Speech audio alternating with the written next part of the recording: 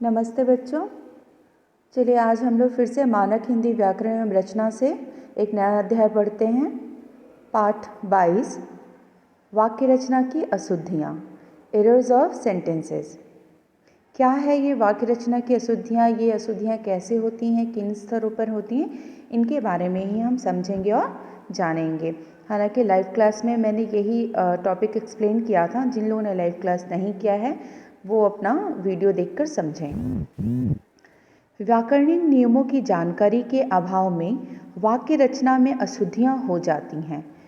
जब हम व्याकरण के नियम की अगर हमें ठीक प्रकार से जानकारी ना हो तो कई बार जब हम सेंटेंस बनाते हैं तो उनमें कुछ गलतियाँ हो जाती हैं जो व्याकरणिक दृष्टि से गलत होती है।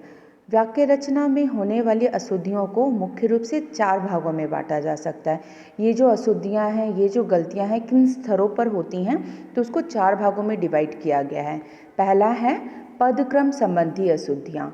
पदक्रम क्या होती है? शब्द, पद को शब्द भी बोलते हैं, यानी शब्दों का सही क्रम में ना होना, ये गलती है एक। दूसरा है अवंती संबंधी अशुद्धियाँ। अवंती का अर्थ होता है मेल होना, यानी एक कर्ता का क्रिया के साथ अगर कोई मेल नहीं है या कर्म के साथ मेल नहीं है तो इस प्रकार भी वाक्य रचना में कई गलतियाँ हो जाती हैं।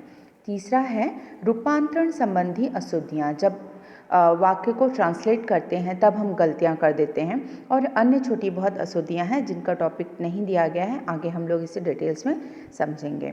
तो चलिए आज हम पहला वाला डिस्कस करते हैं, पदक्रम संबंधी अशुद्धियाँ। वाक्यों में प्रयुक्त पदों को शब्द कहते हैं, मैंने पहले ही कहा, ध्यान दीजिएगा। वाक्य में प्रयुक्त शब्दों के सही क्रम को पद कहा जाता है और यही शब्द अगर सही ढंग से ना लिखा जाए तो अर्थ का अनर्थ भी हो जाता है। नीचे एक उदाहरण है बच्चों, देखिए, आपके बुक में भी है। खरगोश को काटकर गाजर खिलाओ। यह अपने आप में एक अशुद्ध वाक्य है। क्यों? क्योंकि यहाँ पे शब्दों को सही क्रम में नहीं लिखा गया। खरगोश को काटकर, अगर हम खरगोश को ही काट देंगे तो गाजर फिर किसे खिलाएंगे? तो यह वाक्य जो है अपने आप में गलत है। ऐसे आप शुद्ध कैसे करेंगे? यानी शब्दों को सही क्रम में रखकर। तो पहले लिखेंगे खरगोश को गाजर काटकर खिलाओ। आई थिंक आप लोगों का ये कॉन्सेप्ट क्लियर हो गया होगा। दूसरा वाला उदाहरण देखते हैं। महात्मा गांधी का देश सदा आभारी रहेगा। लेकिन शुद्ध वाक्य क्या होगा इसका? देश सदा महात्मा गांधी का आभारी रहेगा। दूसरा उदाहरण, सावित्री जो सत्यवान की पत्नी थी वह एक पतिव्रता नारी थी। सत्यवान की पत्नी सावित्री एक पतिव्रता नारी थी। यानी शब्दों को सही क्रम में लिखने से वाक्य शुद्ध होगा। अगर आप इधर उधर करते हैं तो वह वाक्य अशुद्ध है। एक दूसरा उदाहरण देखिए, कविताएं ये किसने लिखी हैं? तो आप इसे शुद्ध करके कैसे लिखेंगे? ये कविताएं किसने लिखी हैं? एक चाय का कप ला दो। चाय का एक कप ला दो। केवल यहाँ 10 आदमी हैं। यहाँ केवल 10 आदमी हैं। एक लोटा पानी से भरा लाओ। पानी से भरा एक लोटा लाओ। तो ये कुछ उदाहरण हैं। मैंने पूरा नहीं पढ़ा बच्चों, आप पढ़िएगा और साथ ही साथ ध्यान दीजिएगा कि कहाँ पे कैसे गलतियाँ हो रही हैं और इनको शुद्ध कैसे करके लिखा गया है। दोनों ही अशुद्ध वाक्यों को भी पढ़िएगा और साथ ही साथ उसे शुद्ध वाक्यों पर भी ध्यान दीजिएगा कि कैसे ठीक हुआ है।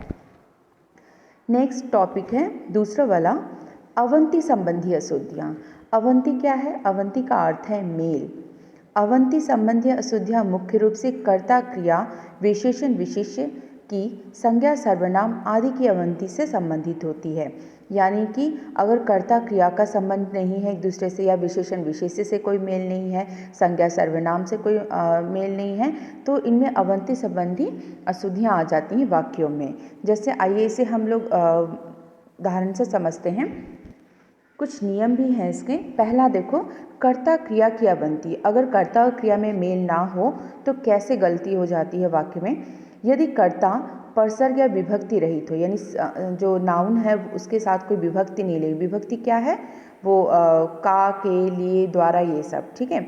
अगर ठीक प्रकार से विभक्ति नहीं लगी है तो यहाँ क्रिया कर्ता के लिंग, वचन आदि के अनुसार आती है। देखो जैसे पहला उदाहरण, राम जाता है। राम क्या है? पुल्लिंग है, तो इसके साथ क्रिया भी उसी प्रकार आई है क्योंकि कोई विभक्ति चिन्ह नहीं लगा है। तो राम जाता है, राम पुल्लिंग है तो क्रिया भी उनके अनुसार ही आई है। लेकिन दूसरा उदाहरण देखिए, लड़की जाती है, यहाँ पे ठीक चेंज हो गया क्रिया, क्योंकि लड़की जो है वो स्त्रीलिंग है।